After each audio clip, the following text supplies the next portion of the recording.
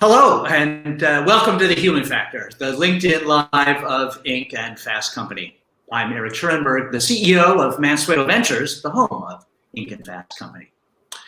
Our guest today is probably the hardest working guy in show business and in advertising and in entrepreneurship and the speaking circuit besides. He's been one of the most beloved speakers at Inc. events, and he's a source of inspiration to entrepreneurs of every generation. An example of the possibilities opened up by energy and vision and fearlessness and, did I say energy? He's the active CEO of the ad agency VaynerMedia, the chairman of the holding company VaynerX, which in addition to VaynerMedia owns a sports talent agency, a speakers bureau, a media consulting group, and now even a couple publishing brands, Pure Wow and 137 PM. In social media, he's the guy for whom the adjective ubiquitous was created. And he's also, by his own prediction, the future owner of the New York Jets. Welcome, Gary Vaynerchuk. Eric, thank you so much for having me. It's quite an honor. I hope you've been well. And same to you, my friend. I was reflecting on the first time that I interviewed you, which was live on stage at the Inc. 5000 conference. And in the middle of our interview, and I'm only now confessing to you that I was quite confronted by this. You stood up and you turned to the audience. You said, "Who out there knows who the hell I am?" And there were a few who didn't know. There are even fewer now in the world who don't know. But let me put the question back to you. Who are you? And I don't mean, what are the credits on your LinkedIn Live profile? Sure. Who do you see when you look in the mirror? I first associate with being an immigrant. I was born in the Soviet Union. And I do think that that's such, and I came when I was 3, and it was such a substantial, event. Your youth, they talk about, the experts, how much that formulates you. And so, leaving the Soviet Union, we spent time in Austria and Italy, and then I grew up in Queens and then New Jersey. I view myself as kind of, when I look in the mirror, I think a lot about that kind of 1940s, 1950s, 1960s Eastern European immigrant, because obviously my dad went on to own a liquor store and I was a son of a merchant, so I think when I look, I see a lot of those Eastern European immigrants that came to the country, tried to make their way, helped at their family's, corner store and learned the business. And I have that work ethic. I also think I see my mother in me quite a bit. I'm a very emotionally intelligent-led operator. I think my communication style is very Jersey and aggressive, but my operational style as a CEO is actually quite soft. I lean into things like, the reason I call my wine Empathy, my wine brand that I started, is because I really genuinely believe that empathy has helped me the most in my happiness. I like being compassionate. I like being kind. I like being patient. All things that are enigmas, Eric, a lot of times to my front-facing content. People see the high energy, the cursing. I'm aware of why I might be confusing at first, but what I see is what I know about myself, which is I'm a people person. I'm a chip on the shoulder immigrant. I like challenging the systems. I was a bad student, so I didn't conform. I innovate. I feel like I'm creative. I think I'm extremely consumer-centric. I'm wildly patient. I'm in it for the long game. I value my word. I want to have a good reputation with the people that actually know who I am as a human. But I also have thick enough skin to deal with the judgment of being a public persona. And I'm proud of my operations. My entire career since being a young kid, I've built businesses and successfully. And so I don't see the motivational speaker. I really don't. I think that I'm a perspective individual that is asking people to take advantage of the content ecosystem, the technology ecosystem. I'm optimistic, so I have a communication style that motivates, but I'm not motivated for the sake of motivation. I'm motivated for the sake of opportunity and practitionership. And so I see myself as an operator. And so those are the things that I think about. Okay. I'm lucky enough to have a perspective on you that's different from being in the audience for your presentations, even though that is a fun thing to do. And one of the things that has come up a lot in our conversations at Inc. was family business. And that's where you got started, as you just mentioned. Tell me about how important family has been to you and in making you the guy you are. That even hit me a little emotional. My parents are my heroes. I don't look up. I admire the execution of a Bill Gates or of an Oprah Winfrey or Meg Whitman or Jeff Bezos. But I don't, and I love sports as reference with the Jets thing, but Joe Namath or Jeff Bezos are not my heroes by any stretch of the imagination, not even close. I have admiration for accomplishment. But I'm incredibly inspired by my parents coming here with nothing and living in a studio apartment with 8 family members. My mom instilled self-confidence but with accountability in me, which made me very balanced that I can do anything, but when I don't, that's not anybody's fault but my own. And that's a very important thing because I think modern parenting speaks to you can do anything, but it leads to delusion because the second part of no accountability or parents trying to change the rules to make it work for their kids. And I'm very grateful that I had a mother that did that for me. Yeah. And my dad's work ethic and honesty and sticking to his word, I admire. And then being the oldest brother, I was the oldest, my sister 3 years younger who, my sister was my first fan. She put me on a pedestal. She appreciated the kindness and the big brotherness that I brought to her. And then having an 11-year younger brother where, when you're 17 and your brother's 6, I almost got to practice being a father, Eric, with my younger brother, and then later got to be business partners with him. And he taught me, my greatest weakness, believe this or not, this blows people away. Because even in the chat right now, Lisa says, Gary Vee is honest, he says it like it is. I would tell you that is true in Gary Vee land. When I do interviews, when I'm on stage, when I'm talking to the masses. But I would tell you that my greatest challenge as an operator over the last 25 years has been candor, believe it or not. Because I struggle with delivering bad news. I like it to be good. And I always try to manipulate it to get to the solution instead of saying, Eric, you're not putting in enough work, or Eric, your work is sloppy. I didn't have it. And I've gained it a lot more in the last 2 or 3 years as I've matured. But the person that I saw do it well was my younger brother when he was 22 years old. So my family has been, and then I would even argue that Brandon Warnke, my best friend, who I started doing baseball card shows with when I was 14, who's run Wine Library with me since 1998 or 2000, excuse me. And then for the last 10 years has run it with my dad solo because I've been doing Vayner. I'm getting a little, he's my family. And Bobby Schifrin, my cousin is my family. He's worked at Wine Library the whole time. And my brother's best friends from grammar school, college, and high school started at VaynerMedia. So it is me. It is what is me. All the good stuff is because of. And so that is everything to me.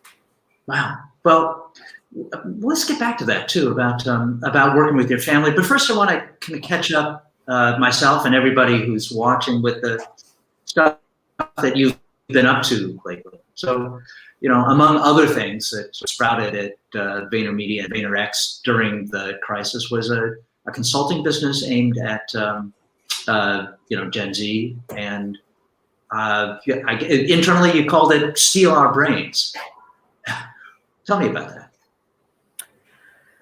We have so many inquiries coming into VaynerMedia, but we have a very specific product we sell around creative and media. Yet, whether it was platform strategy, like how do you best use Pinterest, Instagram, those kind of things, or whether it was Gen Z consumer insights or esports, what I would call, Eric, the contemporary landscape, voice.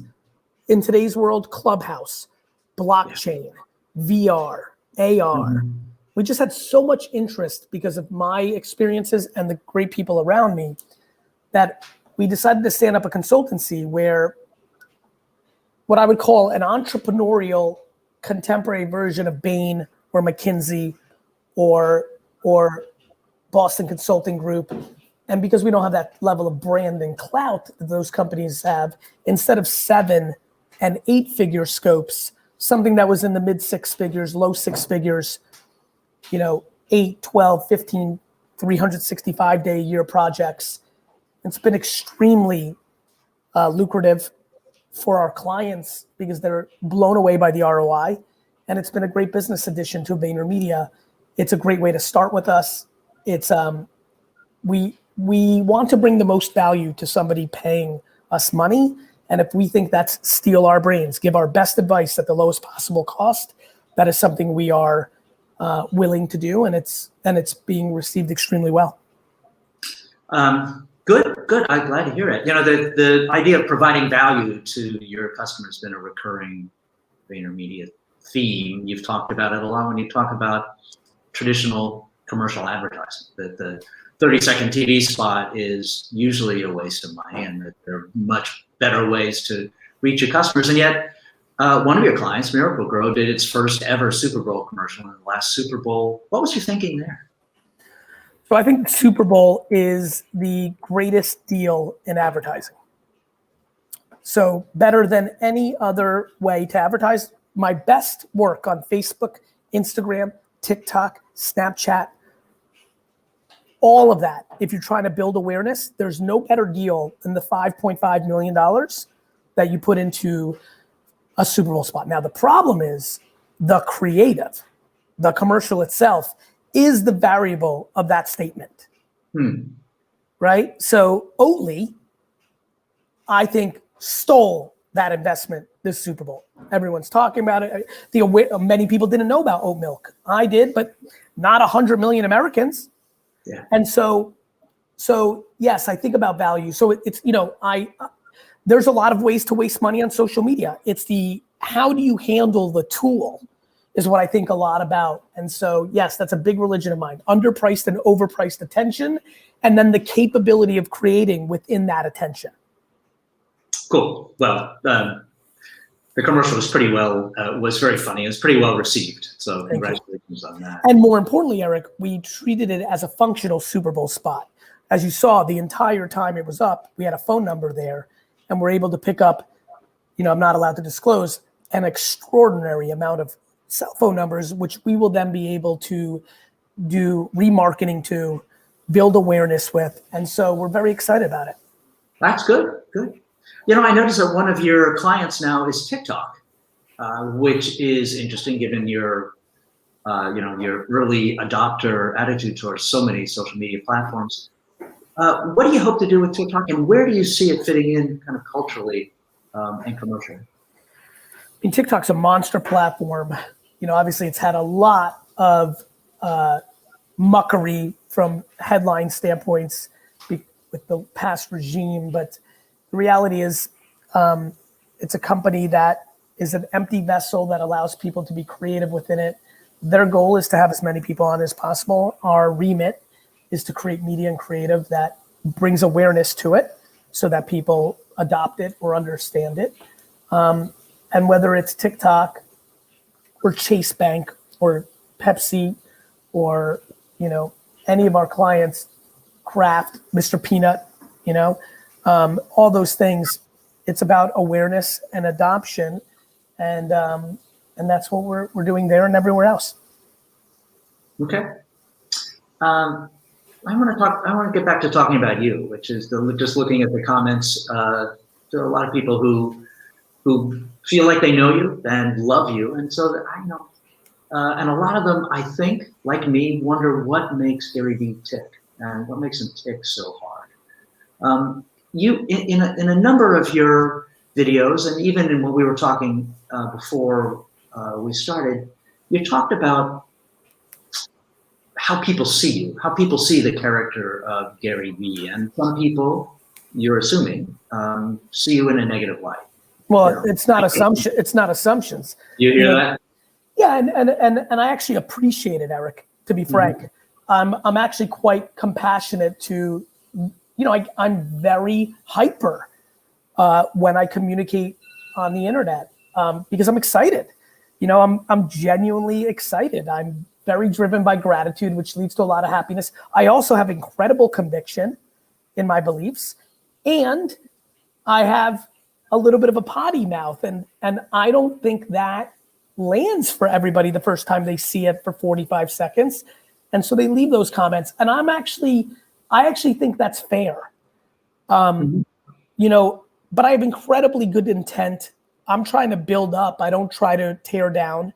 And so I understand it. So it's not my assumption. I read comments, I take it to heart. I try to evolve. I try to bring value. So I do a lot of listening when I'm not talking. So keep going. Okay. All right. Good. Again, I just wondered how much of that drives you. Is it? You mentioned kind of a immigrant's chip on the shoulder. Is there? Listen, if we converted this into a therapy session, which I'm willing to do, it is very, very, very clear to me that that I enjoy being the underdog.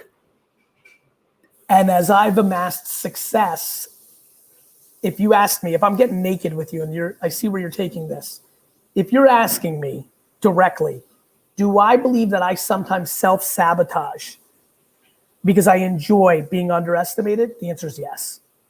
And that's tough to say out loud. I don't think I've ever said it that real.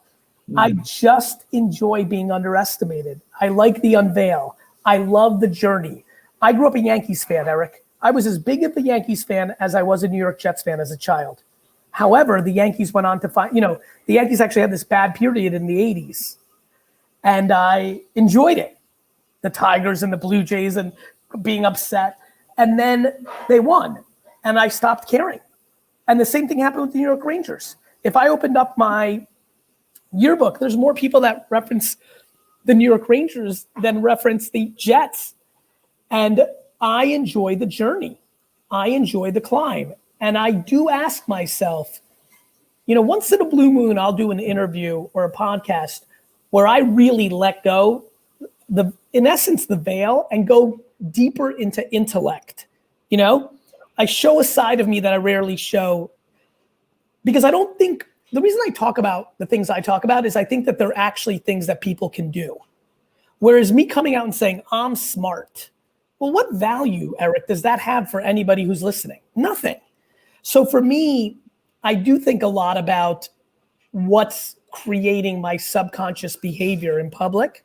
And I do think the romance of the underdog is a driver for me. I do. That's cool. I think that the necessity of everyone knowing how smart you are is a great downfall for a lot of CEOs. I think so too. When I put out content, Eric, I only think about what's in it for the other person. I don't need affirmation from the audience, Eric, to say I'm good or smart or indifferent. And so what I'm thinking about is I want to tell people the truth of what I believe. I've had an incredibly successful career of innovating. People told me the internet was a fad when I launched WineLibrary.com in 1996. People told me I was a loser because I worked for my dad's liquor store and didn't get a job at Wall Street.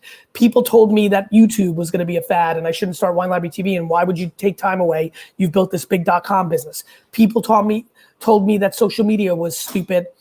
People told me, my financial advisors, all of them told me putting my money into Facebook and Twitter, all of it was super crazy. People told me that starting an agency wouldn't work because it's hard and I'm a wine guy. People told me buying Bitcoin in 2014 was wrong. People told me 3 years ago that sports cards were stilly. People told me that I shouldn't get involved with K-Swiss because nobody would care. People told me. Eric, people have been wrong about me for 23 years. What do you think I'm going to be doing for the next 50? I love it.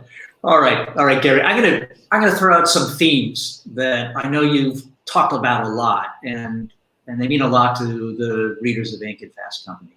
So, tell me what these things mean to you, and why they are recurring themes in your conversation. Hard work.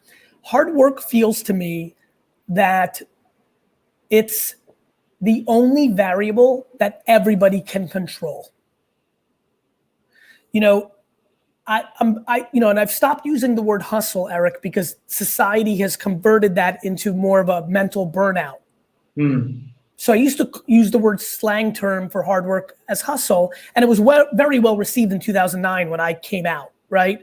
Because the economy was bad, and now I use the word work ethic, but it all means the same thing. The one thing, and as I look at all the people in the chat right now, the one thing they can all do, we all can, no matter what, is put in the extra hour. It's like working out physically.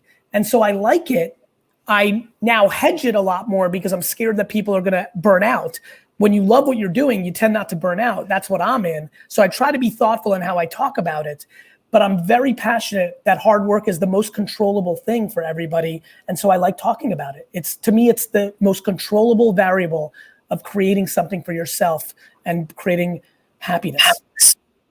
Self-awareness.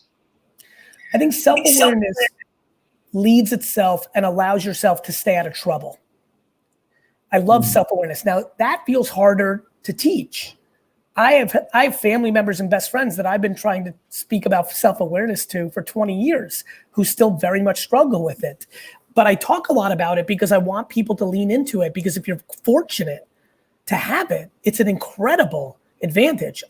For example, Eric, when I was with all those fancy people in 2006 and 2007, everyone asked me why I didn't start a tech startup, like build an app, because I'm self-aware, because I don't want to, because I don't like it as much. You know, I've left a lot of money on the table, Eric, because of self-awareness, but it's enabled me to be much happier. And I think, that's important. Yeah, good. All right. So that's a good segue to the next one. Success. What's that mean to you? The ability to wake up in the morning with a smile, the ability to go to sleep at night without anxiety, the ability to not worry about your next meal, and the ability to change your mind, which means quit your job, start a new company. To me, success is freedom.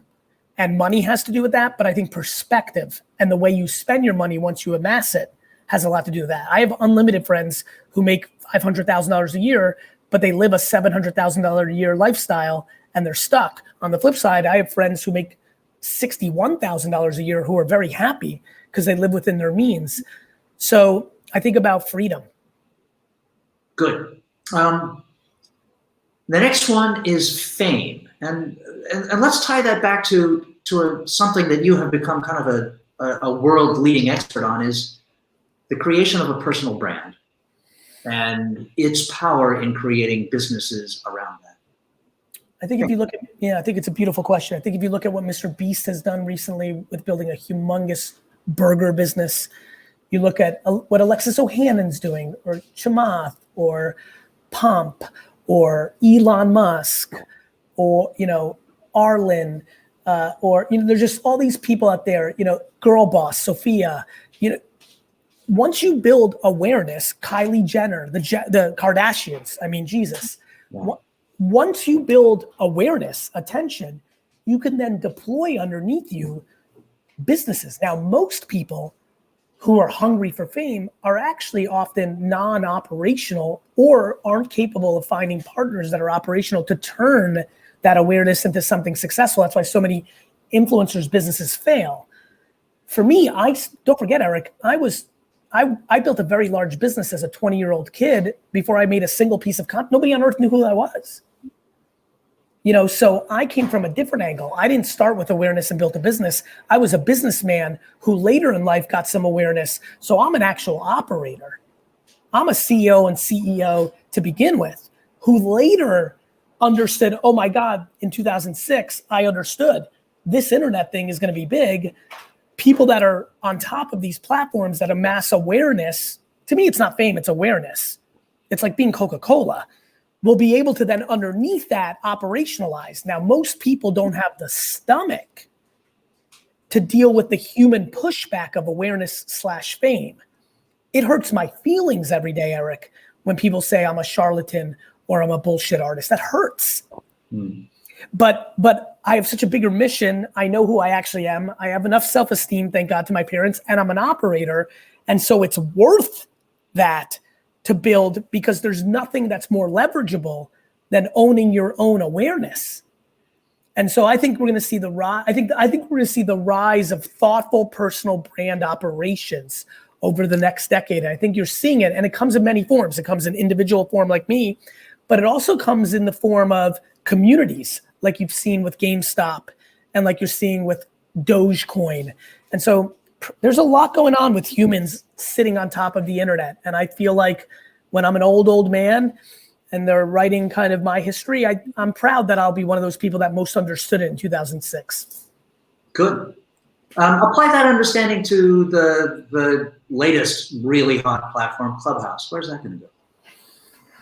Audio, like I've been talking about for a long time, is one of the most important mediums of communication in the history of time. The radio once was the dominant communication form of our society. Podcasting has had an incredible half decade.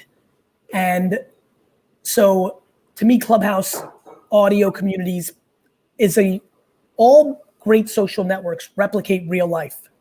Mm-hmm. And people sitting at a table at a conference having a convo and people hovering around those thoughtful leaders and listening is something, I've saw it at the Inc. 5000, right? I've been there a couple of times. Thank you very much. And, while I walk through I see it. I see 3 people sitting at a table. I see like 20 people hovering around. It's because 3 very thoughtful people are talking about something. People are listening. That's Clubhouse scaled on the internet. And so that's where I'm at. All right. Can I ask you to handicap the battle now between Apple and Facebook, privacy versus effective advertising? I think the iOS 14 kind of update on first-party data retargeting, I think, is going to end up being a non-event, because I think what you'll see is both of them having to end up over the next decade in each other's business on this. I think Facebook is going to, and I've thought for a long time, I've said it a lot, Facebook should be in the hardware business. If I'm Facebook, I put out a Facebook phone that competes with the iPhone for free. And if I'm Apple, I'm trying to buy TikTok or Clubhouse or have a social layer. So I actually think it's going to be a non-event, because both companies will realize vertical integration is the requirement in a hardware software world. And I think you'll see more of that. I think Facebook's got its leg up in the next platform called VR. I think Oculus is very underrated because it's been hyped for so long and it's not real yet, Eric. Right? It's like a lot of technologies. You hear about it. Crypto, right? Blockchain. Back to the reference I made earlier. I invested in Bitcoin in 2014. There was people doing it before that. But now is its moment. Non-fungible tokens. Art built on the blockchain on top of Ethereum. CryptoPunks. These were things that were worth, nothing 4 years ago. And now, they're worth $17,000 a punk, $28,000 a punk. Things have their moment. We've been hearing about VR for so long that we as a society have started to underestimate it, when it's still just in the earliest of early stages. And if we're all living in VR, but we're not living in our phone anymore, and Facebook has Oculus, so I wouldn't underestimate Facebook. Interesting. All right, cool. One of our viewers asked, "What's on your T-shirt?" Would you tell us and tell us what the meaning of it is? Choose your attitude. I believe that life is how you see it. I think that if you're looking for anger and pain and devastation, you can go on the internet right now and spend 20 hours consuming it. I think what's harder and what fewer people do is go out and look and try to find happiness.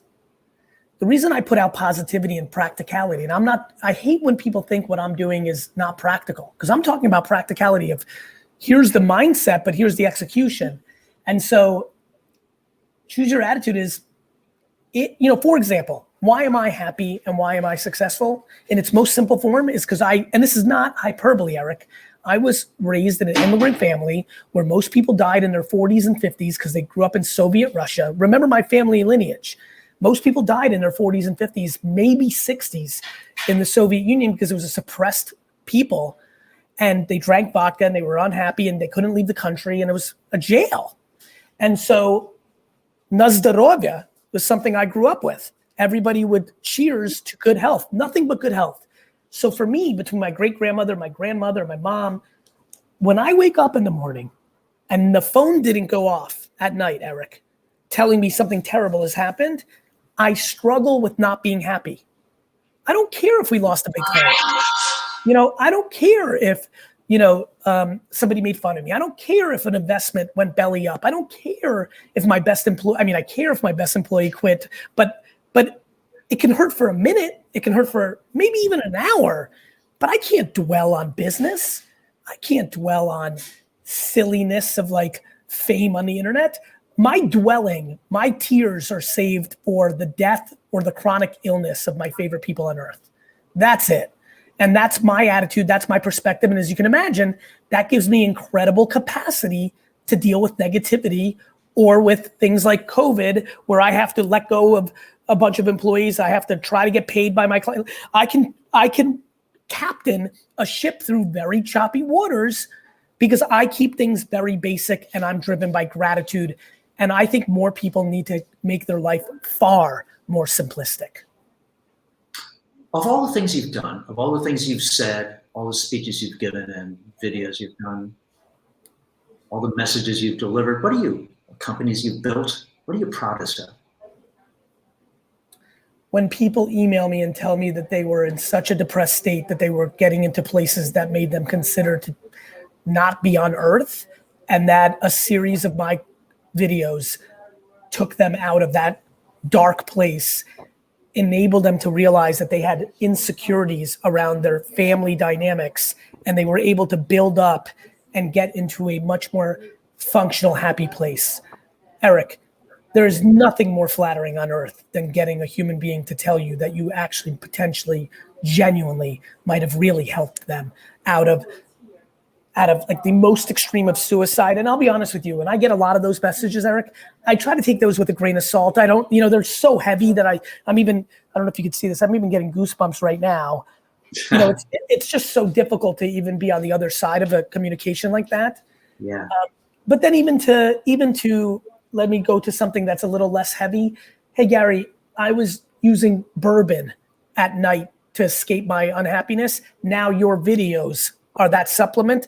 And actually, it's far more functional. Now I'm actually going to see therapy, or I've addressed this, or I deployed candor, or I spoke to my mom, or I realized I didn't need a Mercedes to flex in front of people.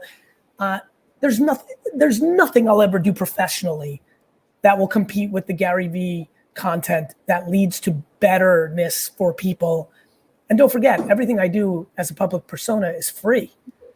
There's no masterclass, there's no island, there's no ClickFunnels to get people into paying me. This is me leaving a legacy and me trying to give back out of the gratitude that I have for the gifts I've been given. There are a lot of people in the chat, as you can see, who acknowledge those gifts. So congratulations. That's a good thing to be proud of.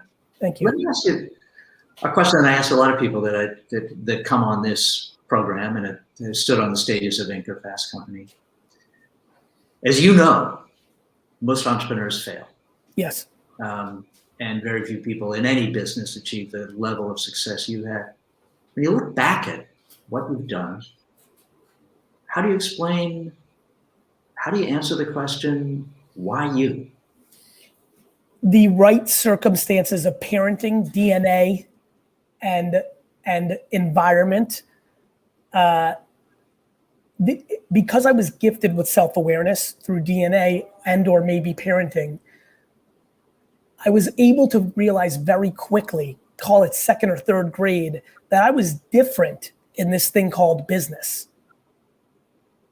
And I kind of devoted my life to it, which meant I was a poor student, but I honed my entrepreneurial skills. I am a 45-year-old man who's been truly, and I mean this, Eric, doing business since I was 7 years old. So I'm now 38 years into my career. Like, you have to understand, and this is like hard. I don't know if I think people sometimes hear people say things and they don't really believe it or understand it. If you talk to Robbie Turnick or Marissa Bird or Andy Greco or Eric Godfrey, the kids that grew up in my neighborhood, or Bobby Duffy, you would get stories of truth in 1983, in 1985, in 1987 of 70% of our summer days being washing people's cars, 90% of our snow days shoveling people's snow because I galvanized the crew and we're going to go make money. I was a purebred entrepreneur.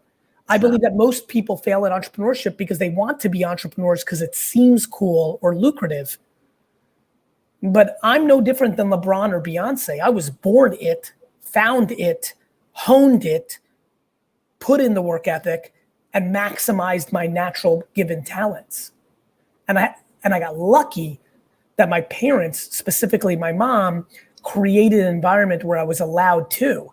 A lot of people here also could have been the greatest fencer, pianist, singer, comedian, esports player, but their circumstances and their parenting and their own determination, tenacity, and accountability did not allow them to go down that path, and they compromised and took a job.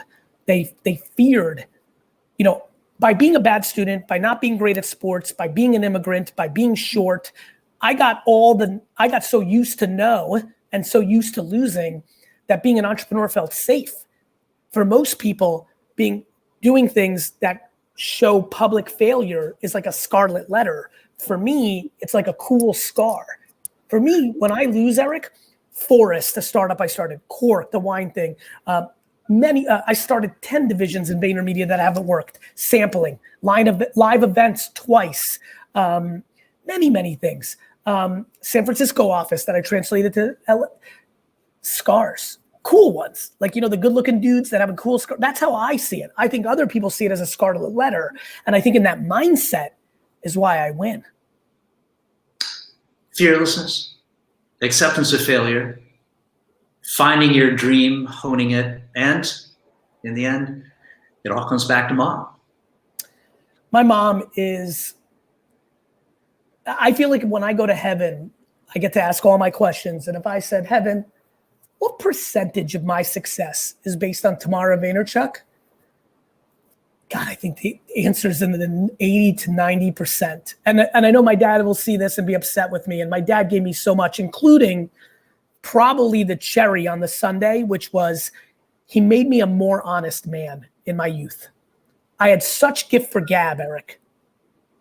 One of the reasons I actually subconsciously respect if somebody's thrown off by me at first is I'm like, maybe in its true essence, I was a little bit of a bullshit artist, but I had such great parenting. My dad scared the bullshit out of me because he's such a straight guy. Uh-huh. And I think he was like the final piece, but he is the cherry. My mom is the batter of this cupcake. She's the topping of this cupcake. And I'm incredibly blessed and emotional about how fortunate. And then you take on that my mom was cheap and we were poor. My mom is very frugal. So by the time I was 10 or 11, it became very obvious to me if I wanted something, I had to buy it. So I want a new Nintendo game, that's on me. And so I was really reverse, not spoiled. Eric, I went on 2 family vacations my entire childhood. We are an immigrant first generation family.